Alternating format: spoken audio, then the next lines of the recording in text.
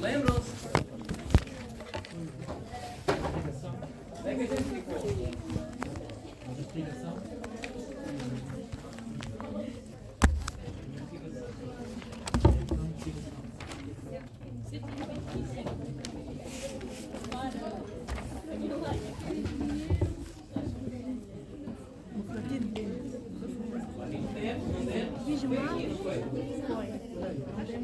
Acabamos aqui.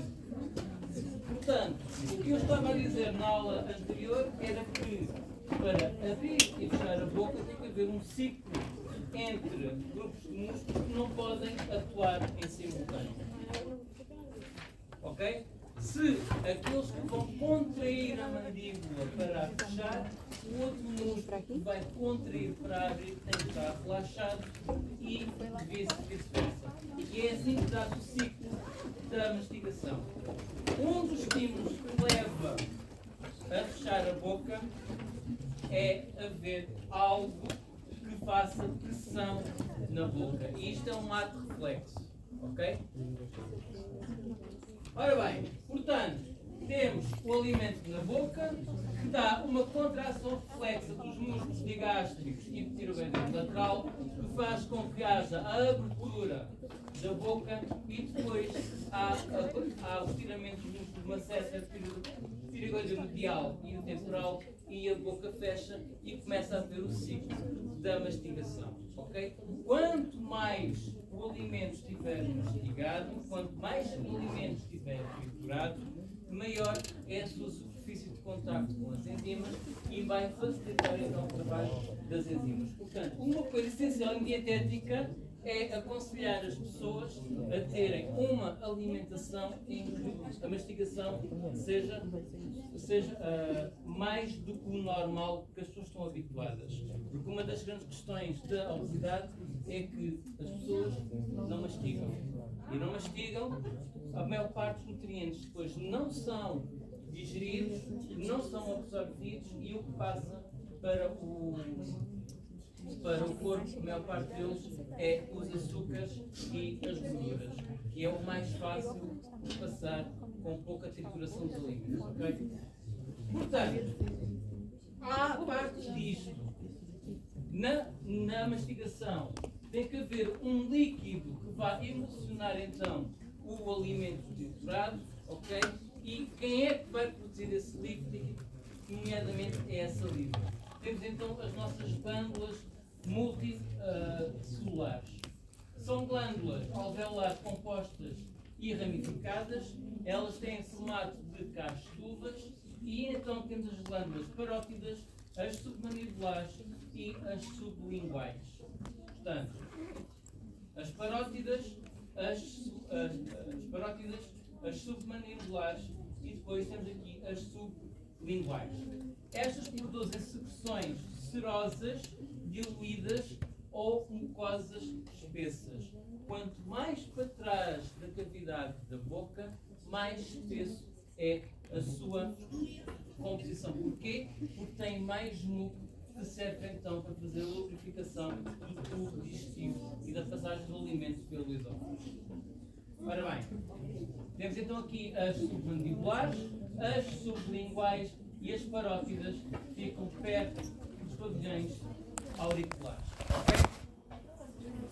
Portanto, à parte disto, ainda temos outras células que também são multicelulares e se encontram dispersas por várias zonas da cavidade oral. Temos então as linguais, que são aquelas que estão na língua, as palatinas, as bucais e as labiais.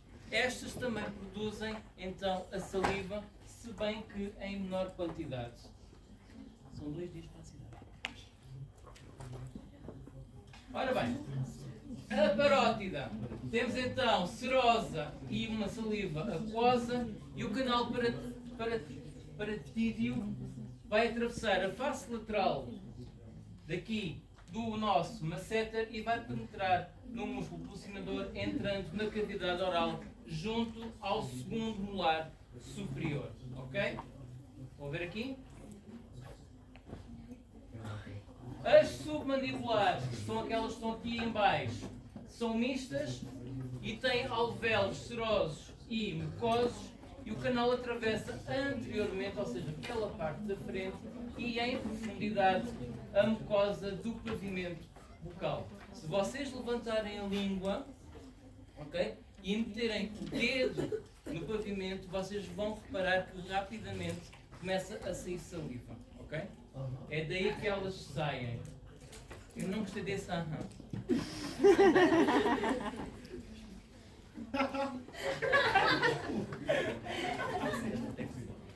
Depois, as sublinguais são aquelas que estão diretamente a que saem na raiz da língua, da parte do pavimento bucal. São mais pequenas, também são mistas e não possuem canais bem definidos. Se bem que pode ter até 10 a 20 pequenos canais onde emitem então a nossa saliva. Portanto, nós produzimos cerca de 1 litro a 1,5 litro de saliva por dia, ok?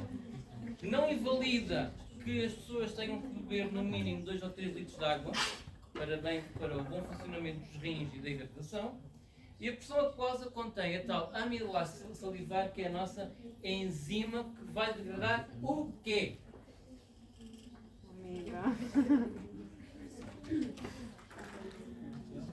Vai degradar o quê? Primeiro, que tipo de nutriente? Hidrato de carbono. Os hidratos de carbono, muito bem. A seguir, o quê?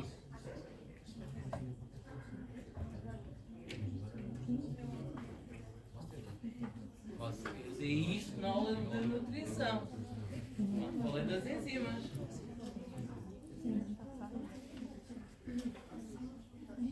O amido que vai fracionar em maltose e isomaltose, ok? Uma vez que os amidos vegetais estão revestidos por celulose e nós não somos herbívoros, portanto não temos capacidade de digerir a celulose, é essencial a mastigação e triturar os alimentos para conseguirmos triturar a celulose, para que depois a amilase salivar esteja acessível ao amido que está dentro da carapaça da celulose e então fazer então a dissolução em maltose e em isomaltose, ok? Por isso é a importância da mastigação. Quanto mais mastigar o alimento, melhor será depois feita a digestão e a absorção de nutrientes. Ora bem, as glândulas salivares, temos então, segregam uma saliva que vai limpar a cavidade oral, como estamos sempre a produzir saliva de uma maneira ou de outra, vai limpando a cavidade oral, em que vamos decutindo essa saliva e assim dá-nos também alguma proteção contra corpos estranhos. Além que tem a lisozima, que tem alguma atividade para as bactérias e as vai eliminar. Para não falar, também temos a hemoglobina na saliva, que combate também as infecções bacterianas. As secreções mucosas da saliva, aqui tem mucina, proteoglicano com algumas propriedades lubrificantes, isto para preparar o alimento para começar a passar pelo tubo digestivo, para não haver então o desgaste da parede. Ora bem, aqui a saliva é estimulada pelo sistema nervoso autónomo, nomeadamente o parasimpático, e vocês vão ver que a parte quase toda ela é ativada pelo sistema parasimpático. Quando temos o simpático por alguma razão a ativar-se, o parasimpático para. Por isso, aquela questão da combustão que eu falei da aula passada, o porquê de não irmos para a água a seguir a almoçar. Não tem a ver propriamente com a água, tem a ver com o choque térmico. Portanto, os núcleos salivares do tronco cerebral aumentam então a secreção salivar e vai emitir potenciais de ação pelos nervos pendentes faciais e glossofaríngeo, que são aqueles que vão inervar as glândulas. Ok? Faringes. Ora bem, a função essencial da faringe é a deglutição, não só a passagem de ar, mas também a deglutição. Neste caso, está implícita na fase involuntária da deglutição e é conduzida a cavidade oral para o esófago. E até tem uma coisa que eu vos disse: fase involuntária. Ok? Quando vocês querem engolir, vocês conseguem engolir voluntariamente, certo? Mas a partir de uma certa passagem, quando passa mais para trás, já não conseguem reverter a coisa. Vai, segue. Portanto, isto tem a ver com o tipo de músculos que estão em cada parte. Enquanto temos que a cavidade oral e a parte inicial aqui da nossa orofaringe, temos todo um conjunto de 20 músculos esqueléticos que fazem a primeira parte da deglutição. A partir do momento que entra no esófago é músculo liso e aí já não temos controle voluntário da deglutição, ok? Portanto, esta parte é a parte involuntária da deglutição. Outra coisa, o palato mole, ao deglutir o alimento, vai evitar a entrada de conteúdo na cavidade oral para as fossas nasais. Portanto, esta parte aqui é fechada e a epiglote, que é a parte de baixo, e estes pregos vestibulares vão então ocluir a entrada do aparelho respiratório e assim vai-se evitar respirar ao mesmo tempo que estamos a engolir. Se não conseguir fazer isso, há o engasgamento, há o reflexo do engasgamento. Ora bem, já disse que tinha função na respiração, porque ele permite a passagem então das fossas nasais para a nossa traqueia, mas também tem a função de proteção. Porquê? Porque está sempre a gerar muco que vai proteger as paredes do tubo digestivo. Esófago.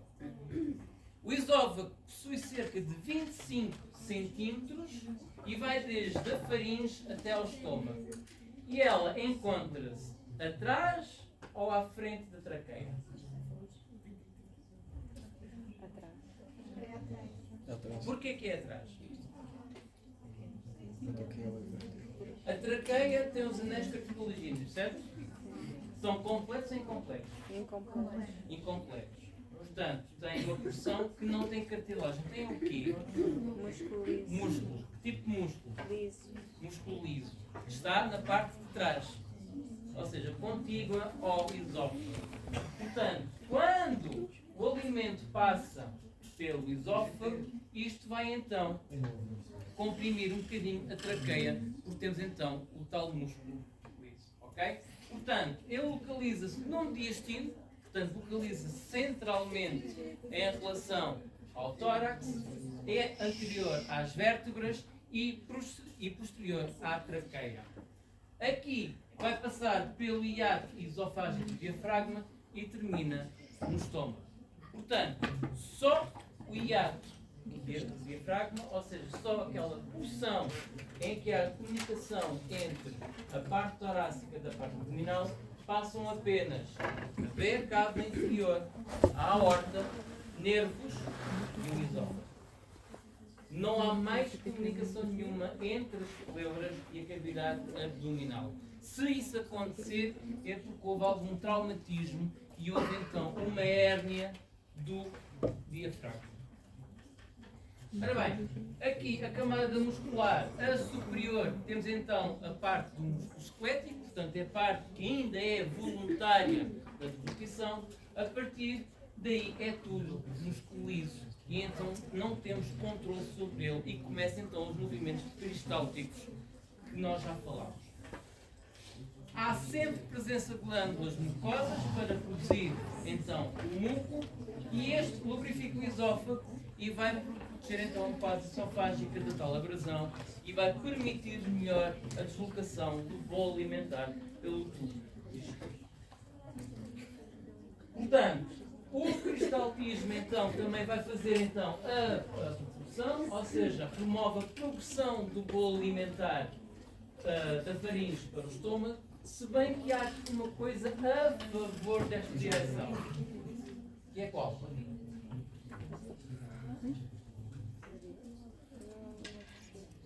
O que é que está a favor da direção do bolo alimentar ir da faringe para o esófago? Para o esófago, para o estômago. A gravidade. A gravidade. Quantos de vós não estão deitados no sofá a ver uma série, a comer qualquer coisa e de volta e meia se engasgam, então ficam empanturrados e têm que ir beber água? Não é? Quando? Quem nunca? Tem a ver só que não sabem como. Ora bem, proteção. Mais uma vez, as glândulas produzem muco e o muco vai lubrificar a porção inferior do esófago e vai também proteger, de certa forma, o ácido gástrico que está perto da parte final do esófago. E a parte final do esófago, ou a transição entre o esófago e o estômago, chama-se de...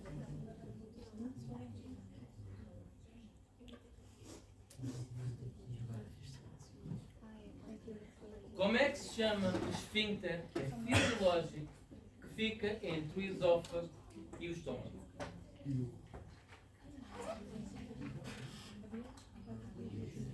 Para já, o esfíncter não fica no estômago, fica no esófago. Ok?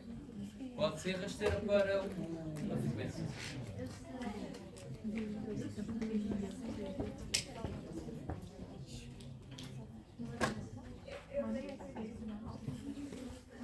Eu vou pensar uma manual para vocês nunca mais. O estômago tem quantos esfíncteres? Tem dois. A entrada e outra a saída. Não é? Tem dois. Enquanto que o primeiro fica entre o esófago e o estômago é fisiológico, o que vai do estômago para o duodeno é anatómico. Ok? Portanto, o que fica mais acima fica mais perto do quê? Do coração. Portanto, é o cardio. Ok? O outro está mais abaixo, fica mais perto do quê? Vou fazer um palavrão. Da pila. Portanto, é o pilório. Nunca mais vão se esquecer dos nomes dos esfíncteres.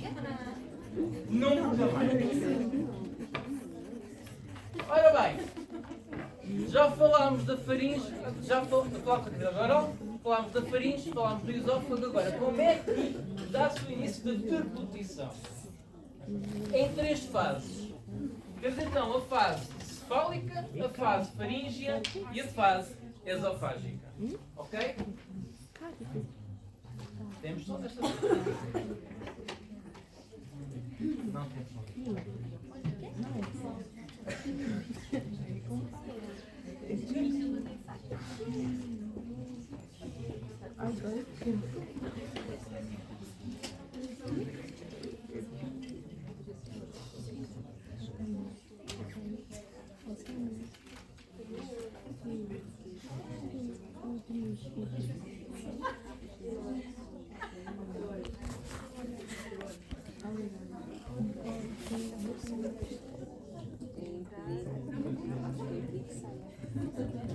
Bem, supostamente devia dar só.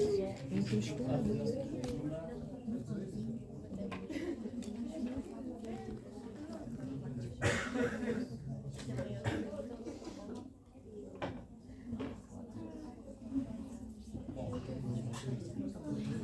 vocês vejam isto em casa. Que é basicamente aquilo que eu vou explicar agora. Portanto, na fase cefálica, que é a primeira fase, a fase em que dá-se informação ao cérebro que há qualquer coisa na boca que tem que ser engolida, ok? Portanto, temos o alimento mastigado.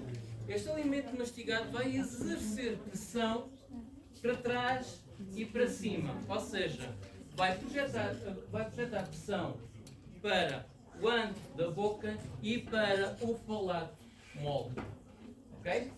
Com isto há um reflexo em que a língua se vai levantar e vai começar a empurrar o alimento para trás. Portanto, o bolo é empurrado contra o palato duro e é forçado para entrar dentro da faringe. Aqui temos receptores táteis localizados no anel em redor da abertura faríngea e são estimulados. O que é que isto acontece? Ao fazer a estimulação, o palato mole fecha e a epiglote também fecha. E a partir daqui dá-se o reflexo da deglutição. Ou seja, daqui os receptores táteis da orofaringe, os potenciais de ação vão pelo nervo trigêmeo e glossofaríngeo, vai então para o seu centro nevrálgico, que é o centro da deglutição, que se encontra no tronco cerebral, e aqui vai dar início a dar informação aos músculos pelos neurónios motores, que atravessam novamente o trigêmeo, o glossofaríngeo e agora também o vago e o espinhal, e fazem então a contração dos músculos esqueléticos e fazem então a passagem do bolo alimentar pela epiglote e pelo palato até à parte do esófago. Ok? Por último, quando o alimento já se encontra no esófago após a abertura da traqueia, temos então o plexo intramural, que vai controlar então as ondas peristálticas e vai conduzir então o alimento até ao estômago. Portanto, os receptores táteis vão enviar impulsos aferentes até ao bulbo raquidiano através do nervo vago, em que depois vai reforçar as contrações peristálticas, e isto demora entre 5 a 8 segundos. Lembram-se de ter falado do sistema nervoso entérico. Portanto, o sistema nervoso entérico já está a funcionar, mas ele envia sempre informação ao sistema nervoso central, que é para haver uma dupla regulação e dar então a confirmação de que sim, podem continuar a fazer o trabalho. Ok? Ora bem, resumindo, concluído e baralhando. Então temos aqui as três fases. O que é que ocorre essencialmente na fase oral? A entrada do alimento na cavidade oral, mastigação e o início da deglutição do bolo alimentar. Ou seja, o bolo alimentar é empurrado contra a parte de trás da boca e contra os palatos. Na fase orofaringe, então, temos a elevação e propulsão do bolo alimentar pela língua e faringe, ou seja, a língua levanta e começa a empurrar o bolo para dar entrada à faringe. Temos então a elevação do palato para ocluir a faringe, temos a movimentação da laringe e do iocioide para a frente e para cima. Para quê? Para possibilitar a movimentação da epiglote para baixo e para trás para ocluir a traqueia. E então aqui dá-se a introdução da respiração. A parte esofágica, já o bolo alimentar já se encontra após a traqueia e já no esófago, então dá-se o relaxamento do esfíncter superior do esófago, dá-se a passagem do bolo para o esófago através dos movimentos peristálticos, dá-se o relaxamento do esfíncter inferior do esófago, que também é denominado de cárdia, e dá-se a entrada do alimento do estômago. Ok? Agora, vamos falar do estômago. Ora bem, o estômago não é mais do que tipo um balãozinho que temos a meio do tubo digestivo, que, consoante a quantidade de comida que ele vai dilatando ou vai contraindo, não é? E localiza-se na parte superior esquerda do abdômen, caso uma pessoa não nasça com sítios inversos. Se nascer com sítios inversos total, ele vai apresentar-se à direita. E ele encontra-se entre o esófago e o intestino delgado. Por exemplo, ele faz a ponte do esófago para o intestino delgado. Ora bem, temos então o esfíncter esofágico inferior, o cárdia, foi aquilo que eu já falei, que é um constritor fisiológico. Ele não é anatómico, ele é fisiológico. Isto quer dizer o quê? Quer dizer que não tem propriamente músculo em excesso para promover então como se fosse um esfíncter anatómico, mas ele funciona consoante os reflexos e as sensações que tem através da mucosa e do sistema nervoso endócrino. Portanto, aqui, meninos de CBL, vocês já sabem isso de certeza absoluta. O estômago, acima da cárdia, temos o fundo do estômago, Depois temos entre a curvatura menor e a curvatura maior o corpo do estômago e depois temos o antro, que é a parte que fica mais perto do esfíncter pilório. Ok? Ora bem, histologicamente temos então a serosa ou peritoneu visceral, que é o que está mais fora, e depois temos três camadas musculares: longitudinal, circular e oblíqua. Conforme a orientação das suas fibras, assim é o seu nome, e tem que ter estas três orientações para quê? Para que haja movimentos peristálticos suficientemente fortes para conseguir misturar então os alimentos que estão no estômago. Depois temos a tal submucosa, temos a mucosa e na nossa mucosa temos pregas gástricas, que aqui dá-se então a distensão da mucosa e da submucosa, e é o que permite o estômago distender dependendo da quantidade de comida. Se uma pessoa estiver habituada a comer muito, o seu estômago é grande. Se a pessoa estiver habituada a comer pouco, o estômago é mais pequeno. Uma das soluções para combater a obesidade em que as dietas falham é a redução do estômago, ou então mesmo a passagem direta do esófago para o duodeno.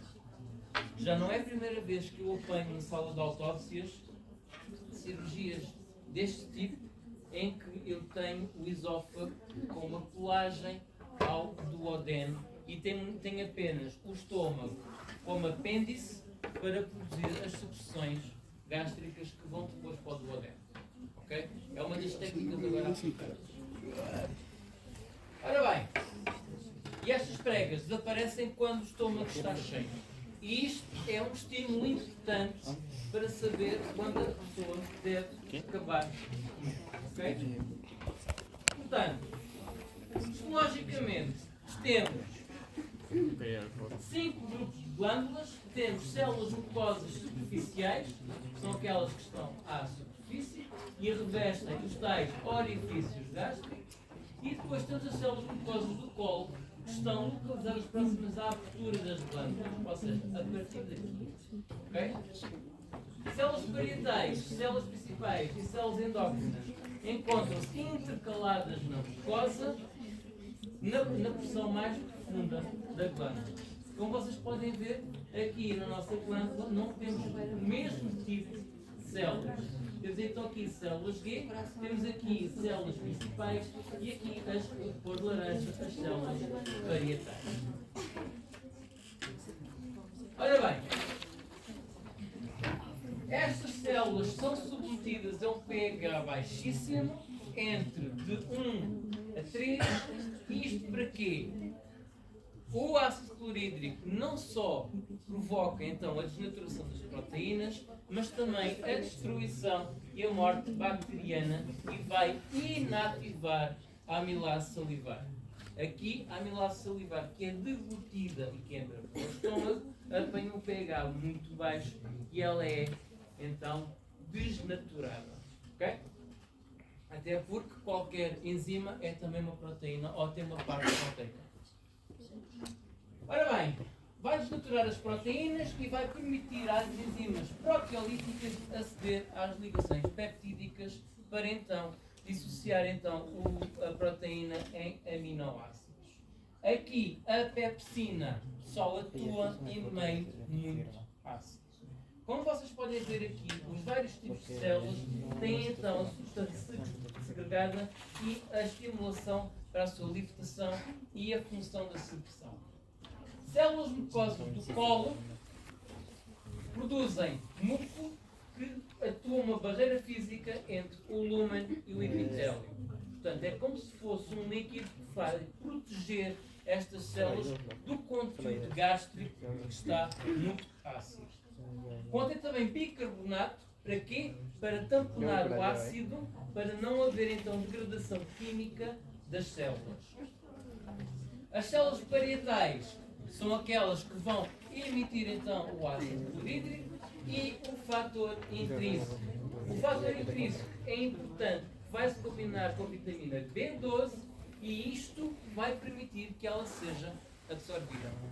Se não houver fator intrínseco, não se consegue então absorver a vitamina B12 e vamos ter então uma avitaminose de B12.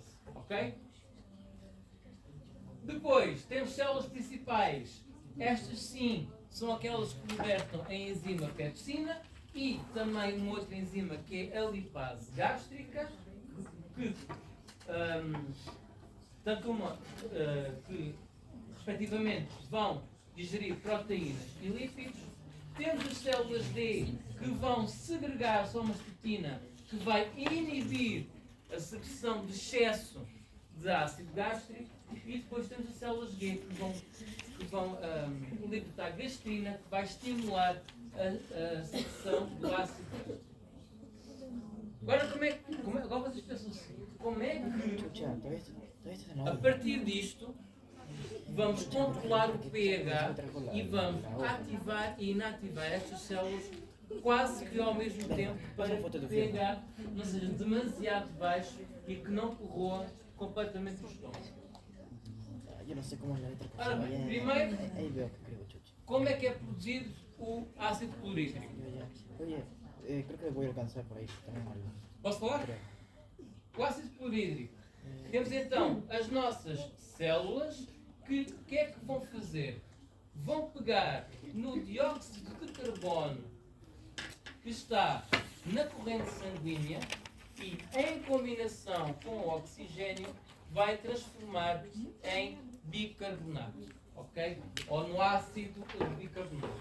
Este ácido bicarbonato vai então dissociar o nosso íon H+, e este íon H+, vai para dentro do canal da glândula através de transporte ativo, ok? O íon bicarbonato depois volta para a corrente sanguínea. Em contraponto, se é um transporte ativo, tem que haver então uma contrapartida. Então temos o nosso potássio que está no conteúdo gástrico. Para o íon H+ sair, ele vai ter que entrar para a célula e da célula vai para a corrente sanguínea. O cloro vai passar por difusão facilitada até ao nosso canal da glândula. E aqui, com a colisão dos átomos de hidrogênio com os átomos de cloro, temos então o ácido clorídrico. E é assim que ele é produzido no estômago. Ok? Ora bem, e como é que isto é então regulado? Isto é para saber de quem é o que é. Ora bem, primeiro que tudo, o estômago é ativado de duas maneiras. Primeiro, pelos tais estímulos olfativos ou estímulos visuais. Quem não se lembra do cão de Pavlov, que condicionou o dispositivo ao via a cinética e já se acabava de perceber aqui. Portanto, tem um estímulo fora do corpo que vai fazer com que o estômago comece a preparar para receber ou então o bolo alimentar, e também o bolo alimentar quando atinge o lumen do estômago. Quando isto acontece, temos então os aminoácidos e os péptidos que vão se ligar a um neurónio sensorial entérico, e este então vai proporcionar então a informação para ativar as células G. As células G então produzem gastrina, que por sua vez vão ativar as células SCL e as células parietais. Estas células endoteliais vão então produzir histamina, que vão ainda fazer com que estimule ainda mais as células parietais para bombear o hidrogênio para dentro para dentro do estômago, e então vai-se ligar com o ácido clorídrico, vai fazer o ácido clorídrico, vai diminuir o pH, que faz com que o pepsinogênio, que é então segregado pela célula principal, seja convertido em pepsina, e a pepsina é a nossa enzima que vai degradar proteínas. Ok? Temos uma parte apenas desta regulação. Portanto, aqui sabemos como é que é feito então o ácido clorídrico, como é que é baixado o pH e como é que é formada a pepsina. Problema, isto não pode continuar sempre. Ok? O que é que acontece? Quando temos um pH demasiado baixo, vai haver vai haver um feedback negativo que vai inibir a célula D e a célula D vai produzir a somatostatina que vai inibir a célula G, inibir a célula parietal e inibir a célula SCL. A célula SCL não vai produzir histamina e então a célula parietal deixa de bombear hidrogênio para dentro das glândulas gástricas. Por último, como também não temos gastrina, temos como a gastrina depois é baixa, aliás, a somatostatina é baixa, isto faz com que a célula principal também não vá bombear com pepsinogênio a glândula gástrica e como temos pouco pepsinogênio também vamos ter pouca ativação para a pepsina. Ok? Dúvidas em relação a isto? Não há dúvidas? Não querem que eu explique outra vez? Não? Com isto, são produzidas cerca de 2 a 3 litros de secreções gástricas, ok? E varia segundo a quantidade de alimentos ingeridos. Ou seja, se eu ingerir pouco alimento, claro que eu não vou produzir 2 a 3 litros de secreções gástricas, vou produzir muito menos. Se eu comer um belo cozido à portuguesa, em que eu chego ao final da refeição e tenho de desapertar o botão das calças porque não dá mais, né? Se calhar vou produzir 2, 3 litros ou se calhar um bocadinho mais. E a digestão prolonga-se por mais tempo. Portanto, é mediado então pelos mecanismos nervosos, reflexo integrado do bulbo raquidiano, o tal estímulo pelo nervo vagal, que é dos estímulos visuais e também porque já sabemos que vai a caminho alimentos para o estômago, e os reflexos locais do reflexo intramural que conseguem sentir aminoácidos e proteínas que vai então ativar esta maquinaria toda. Okay? Também, mecanismos hormonais podem ativar o estômago, nomeadamente na gravidez. Quantas e quantas mulheres na gravidez têm aqueles desejos que muitas vezes a gente pergunta, mas que raio de combinação é que é? Às vezes, pelo mecanismo hormonal, faz com que as mulheres grávidas tenham apetites e então o estômago começa a trabalhar. Também podem ver em casa. Como é que é feita a regulação gástrica? É feita por 3 fases. Temos então a fase cefálica, a fase gástrica e a fase intestinal.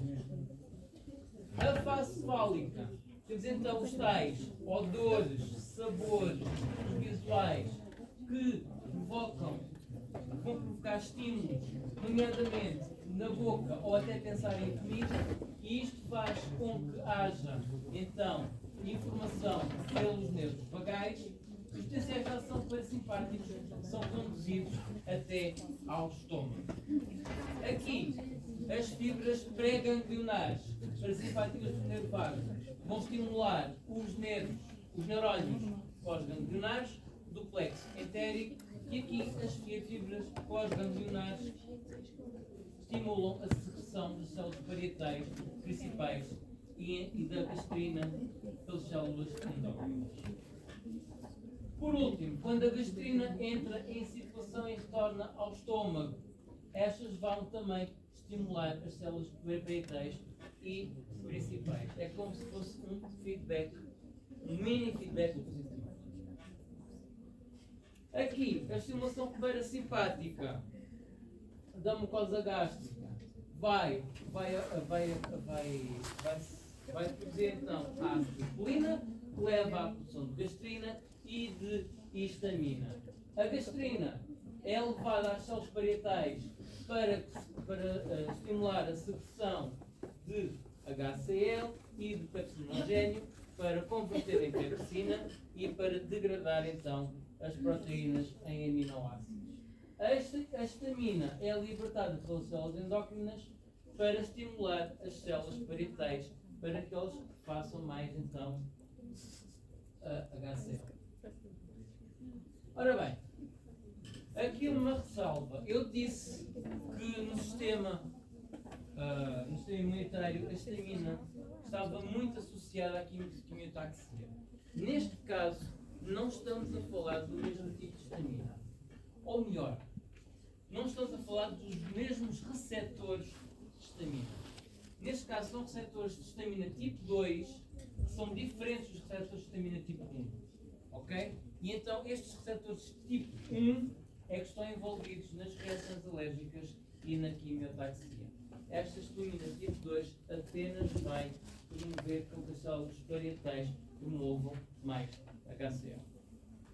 Ora bem, após isto, e a fase fálica é o começar de trabalhar do estômago, de preparar o estômago, de preparar as secreções, temos então a fase gástrica, que é quando há presença de alimentos no estômago e leva a dois fatores. Primeiro, fator químico.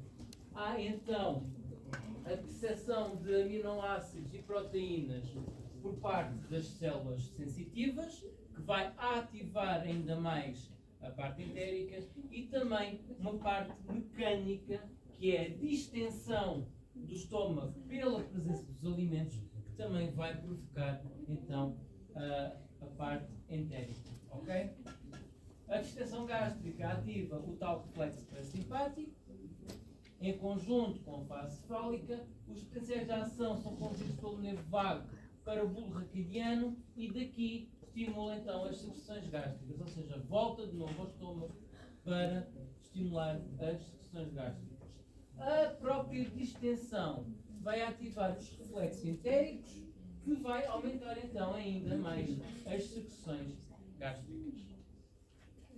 Portanto, quais secreções é que isto envolve? Envolve então muco, ácido clorídrico, carcinogénio, fator intrínseco e gastrina. Fator intrínseco é importante pelo quê? Eu acabei de dizer. Falem alto. Para se ligar à vitamina B12 para conseguir absorver a vitamina B12. Okay?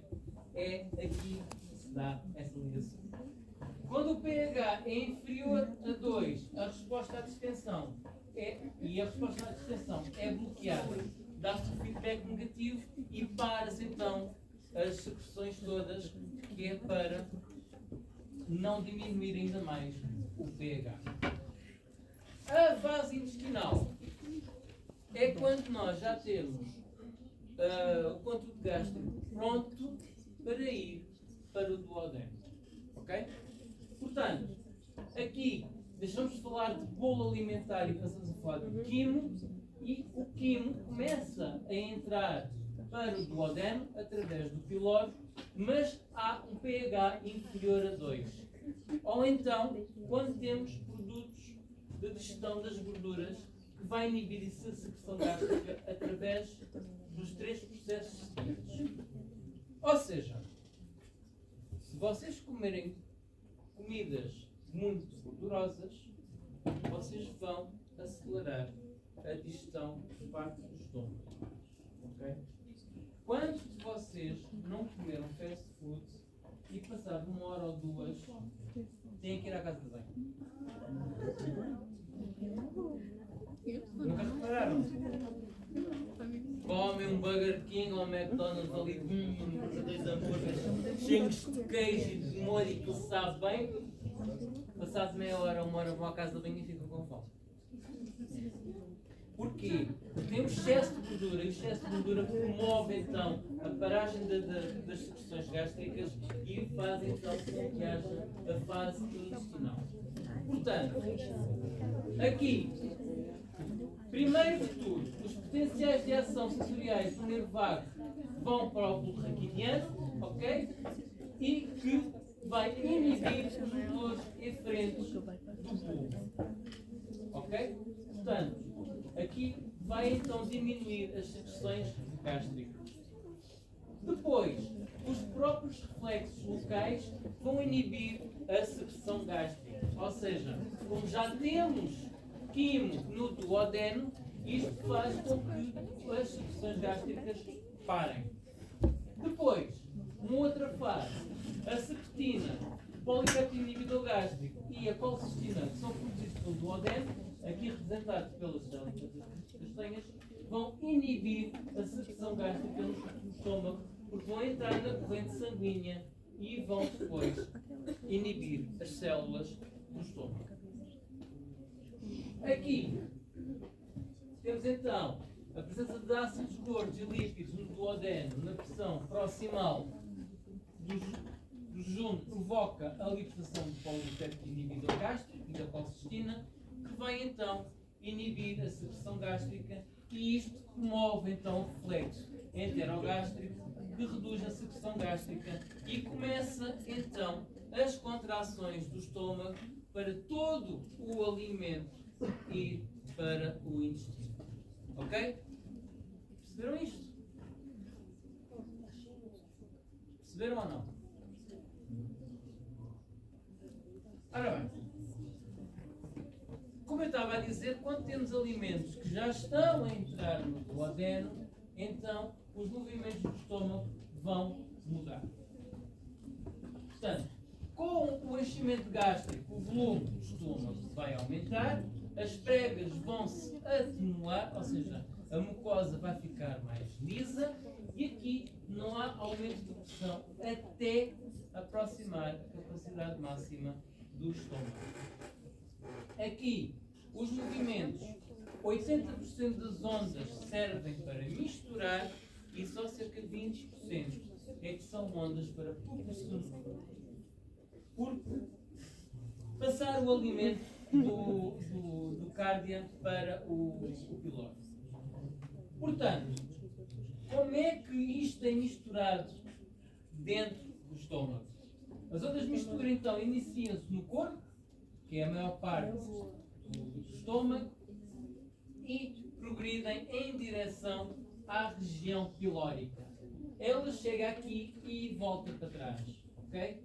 Portanto, a porção mais líquida bate no esfíncter pilórico e volta para trás, enquanto que a mais sólida tem mais resistência e é mais demorada. E isto continuamente faz com que haja o processo de mistura até que fica emulsionados.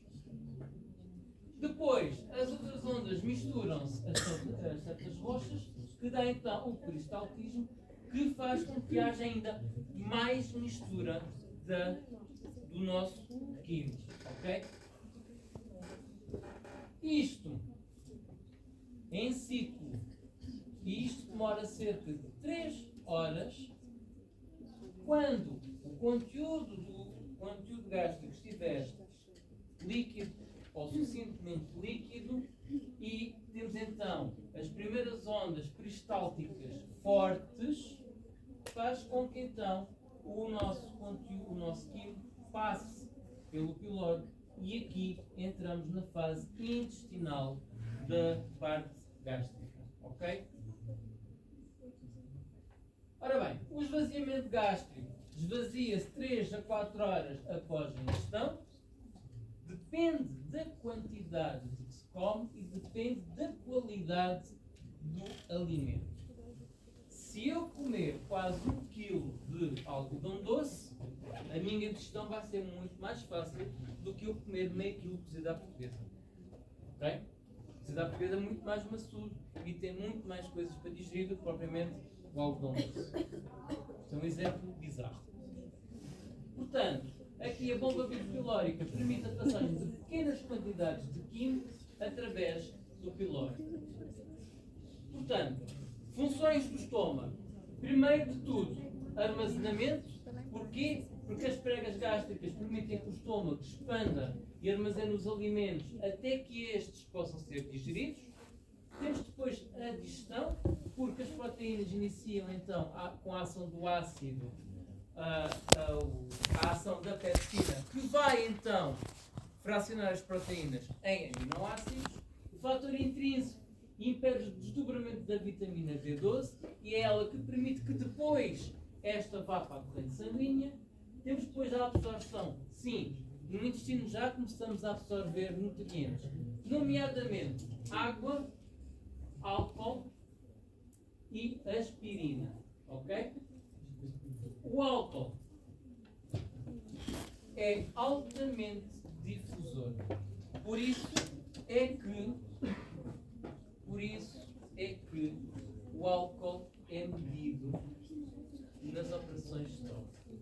Porquê? Como ele é altamente difusor e a partir do estômago entra logo para a corrente sanguínea, a corrente sanguínea leva para o fígado e o fígado leva para o coração e o coração leva para onde? Não volta para trás. Para o pulmão. Para o pulmão. E o álcool, algum álcool sai por aí. Ok? É por isso que vocês têm o bafómetro e que bufam para lá para saber a taxa de alcoolemia. Né? As análises clínicas do álcool, quando a coisa está muito dúbia e mandam para o hospital fazer análises clínicas, é retirado sangue após 24 horas. Porquê? Não, CBL.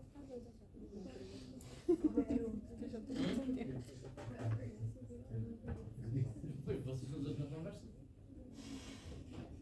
Pergunta é: o álcool é altamente difusor e ele no estômago entra para a corrente sanguínea rapidamente. Da corrente sanguínea vai todo para o fígado, onde parte é metabolizada, outra parte não é. Do fígado segue a veia cava inferior, veia cava inferior segue o coração e o coração segue para onde? Pulmões. Okay? Por isso é que o método de detecção nas operações de stop é pelo bafómetro e vocês bufam para lá e dá-vos a taxa de álcool. A minha pergunta é: às vezes a taxa de alcoolemia é dúbia e normalmente mandam para o hospital fazer análises clínicas. Porquê faz análises clínicas?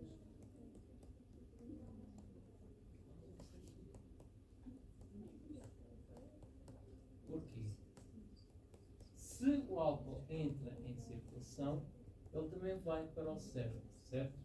Quando entra no cérebro é quando começa a afetar a atividade motora e cerebral da coisa.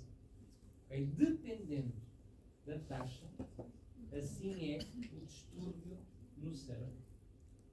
Pode dar até coma alcoólico. É feito depois análises clínicas ao sangue e é retirado o sangue de onde?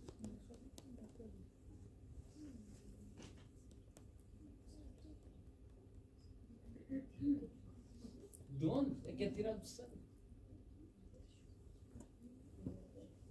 Das veias ou das artérias? Das veias. Porquê? Das veias e não das artérias? Porque é o quê? Digam, não tenham medo.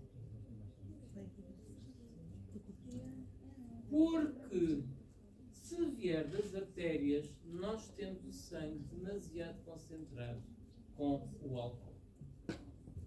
Porque depois de passar o pulmão, volta novamente para o coração e vai para a circulação sistémica. No pulmão é perdido pouco álcool para o ar. Portanto, grosso modo, o álcool continua no sangue. Se eu for tirar sangue da artéria, estou a tirar sangue que tem álcool que ainda não foi para as células. Se ainda não foi para as células, esse álcool ainda não foi metabolizado. Portanto, tem uma taxa de alcoolemia superior àquela que eu quero. Portanto, tem que tirar da veia. Das veias porquê? Porque já é o sangue que vem dos tecidos. Portanto, já o álcool foi processado e fica pouco álcool no sangue e é esse resquício de álcool que a mim me interessa e que vai fazer a taxa de alcoolemia. Ok? Porque Se tiver uma taxa, se beber uma cerveja tiver uma taxa zero, quando faço esse teste, quer dizer que todo o álcool que eu bebi, ou o pouco álcool que eu bebi, foi rapidamente absorvido, rapidamente metabolizado e não vai dar então distúrbios. Se eu beber uma garrafa de vodka, de certeza absoluta que as minhas células, apesar de ter este corpinho que Deus me deu e ser um bocadinho avantajado, não vão processar o álcool todo e então vai remanescer no sangue venoso uma grande quantidade de álcool. E isto sim vai nos dizer que todo o organismo tem uma grande quantidade de álcool e vai provocar então os tais distúrbios a nível do cérebro. Ok? Outra função do estômago: mistura e propulsão. As ondas de mistura homenageiam aquela coisa. Os alimentos ingeridos e as secreções gástricas e dão origem ao quimo. As ondas peristálticas depois movimentam o quimo até ao intestino delgado. E também tem a função de proteção. Porquê? Porque o muco vai lubrificar e impede a digestão das paredes do estômago e os ácidos gástricos destroem a maioria dos micro-organismos.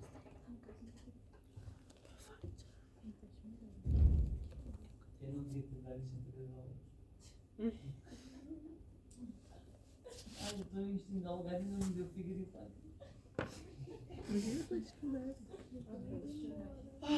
intestino delgado. Divide-se em 3 partes: duodeno, íleon, jejuno e íleon. Ok? O duodeno é a primeira porção do intestino delgado e contém cerca de 25 centímetros. O jejuno corresponde apenas a 1/5 do comprimento do intestino delgado, enquanto o íleon corresponde a 3/5 do comprimento do intestino delgado.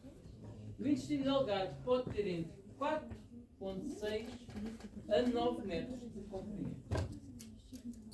Se fôssemos a abrir o intestino, contabilizar a área das vilosidades, contabilizar a área das microvilosidades, e isto dava, em termos de área, 2 campos médios. Ok? É uma superfície muito grande. Portanto, aqui o fígado e o pâncreas encontram-se ligados ao duodeno. Okay? É nesta parte em que as secreções hepáticas e secreções pancreáticas entram para dentro do intestino delgado. Portanto, aqui ocorre a maior parte da digestão e da absorção e dá a entrada de cerca de 9 litros de água para da ingestão e das secreções das glândulas para o tubo digestivo. O que é que isto quer dizer? Quer dizer que estes 9 litros de água, a maior parte abandona o intestino delgado por osmose, parte dela vai para as células, parte dela vai para a corrente sanguínea, a outra parte vai para o líquido intersticial e entra então pelo sistema linfático. Uma pequena quantidade apenas destes 9 litros de água que passa por todos os intestinos, apenas meio litro a 1 litro é que passa pelo cólon e é absorvida no cólon. Okay? Apesar de o intestino grosso, a maior função dele é a absorção de água, não é lá que é absorvida a maior parte da água de toda a ingestão de alimentos. Okay?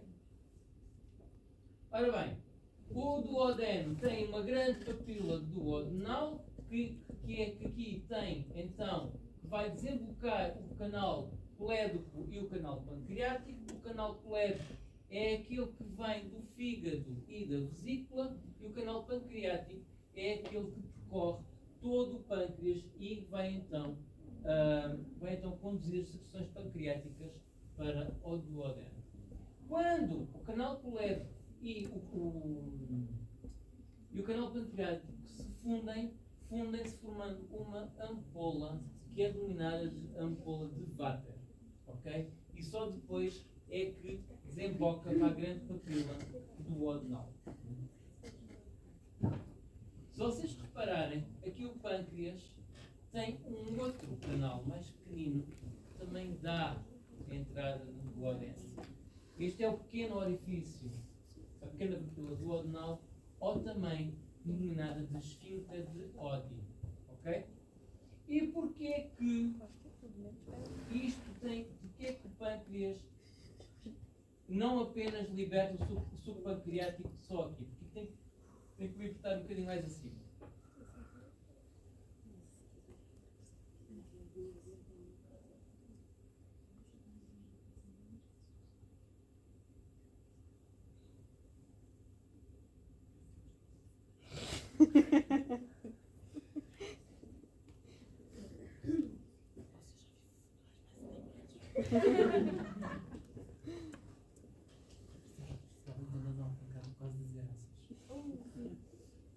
Porquê que esta pequena papila duodenal é importante? Uma anastomose? Não.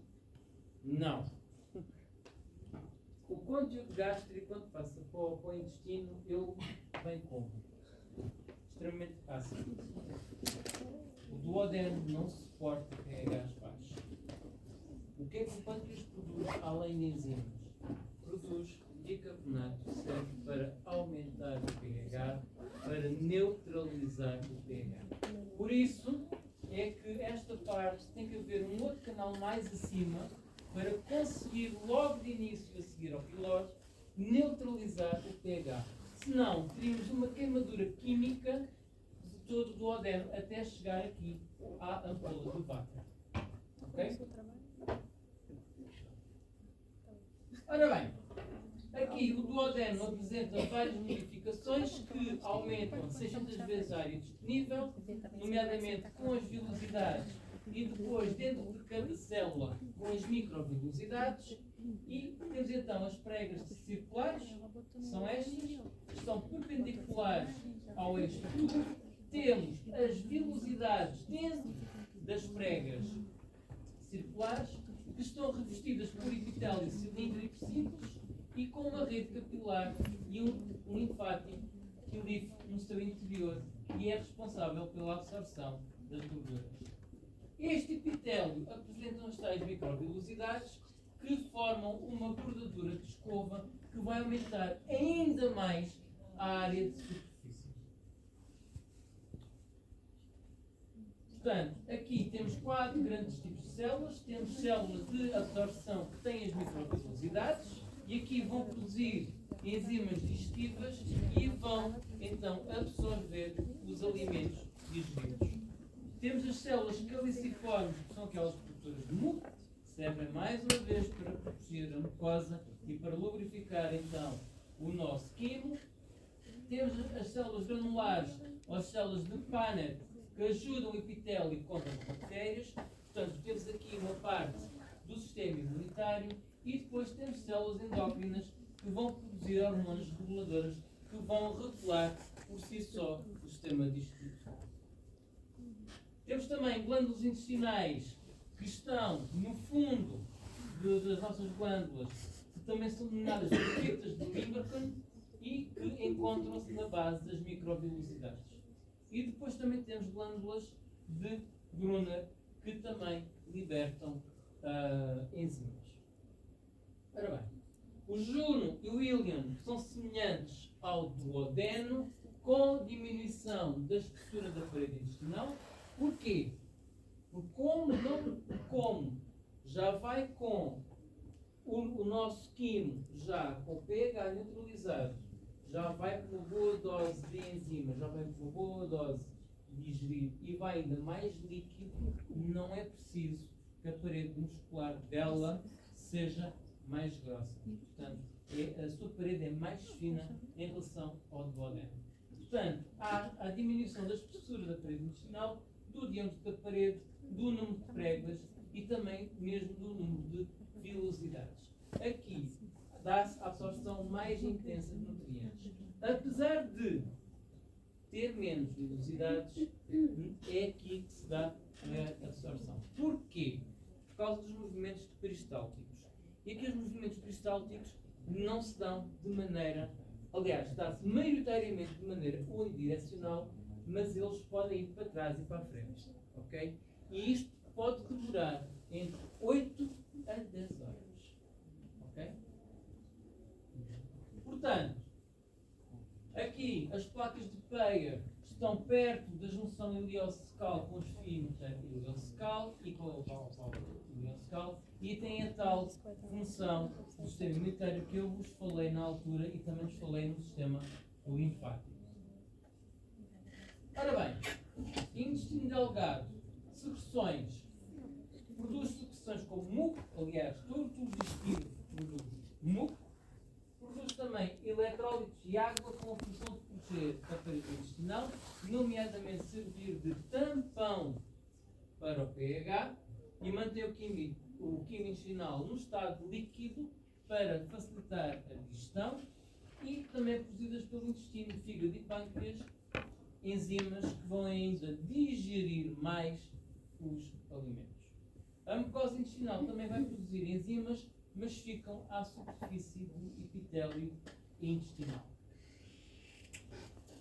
As glândulas duodenais, intestinais e as células caliciformes produzem uma grande quantidade de muco. A secretina e a colecistoquina estimulam as secreções hepáticas e pancreáticas, que são as tais hormonas, e nas microvelocisidades são produzidas as disacaridades, as peptidases e as nucleases. O que é que as disacaridades digerem? Os disacáridos, muito bem. As peptidases, não a proteína, mas as partes péptidas que depois vão dividir em aminoácidos. E as nucleases?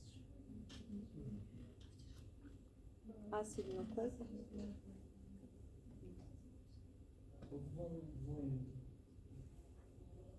que é que vão dizer?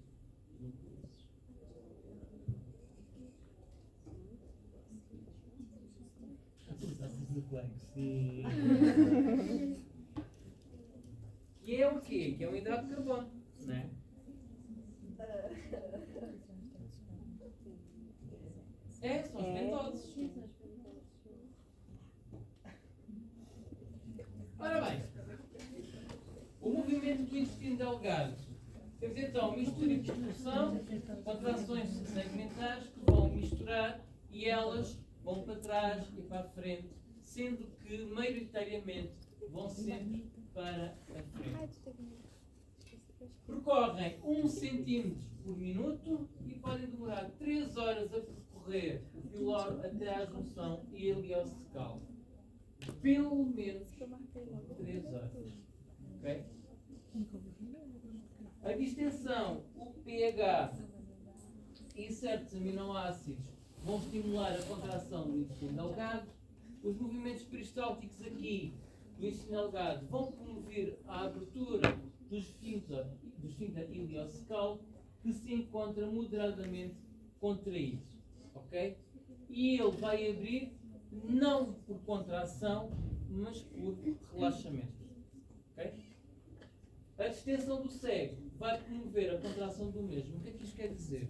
Quer dizer que a primeira porção do intestino grosso, que é o cego que está imediatamente antes do cólon ascendente, quando sente que tem ali já conteúdo intestinal, faz com que ele comece então os movimentos peristálticos para conduzir os alimentos já digeridos e já parte absorvidos para ascender o cólon ascendente.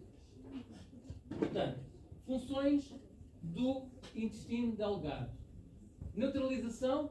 Os iões bicarbonatos provenientes do pâncreas e da bilis vão então funcionar de tampão para neutralizar o ácido também do estômago. Digestão. Enzimas do pâncreas e da mucosa intestinal vão completar então o sobreamento das moléculas alimentares. Aquelas que ainda não foram são agora digeridas e depois os sais biliares vão emulsionar as gorduras. Essas gorduras vão passar então para os quilíferos. A absorção através dos pregas circulares, vilosidades e microvilosidades, que isto vai aumentar a área de absorção. A maioria é absorvida ativamente ou passivamente, dependendo das concentrações molulares, das concentrações do outro e do tipo de nutriente. A maioria da água ingerida ou presente nas secreções do tubo é absorvida e é passada através da osmose.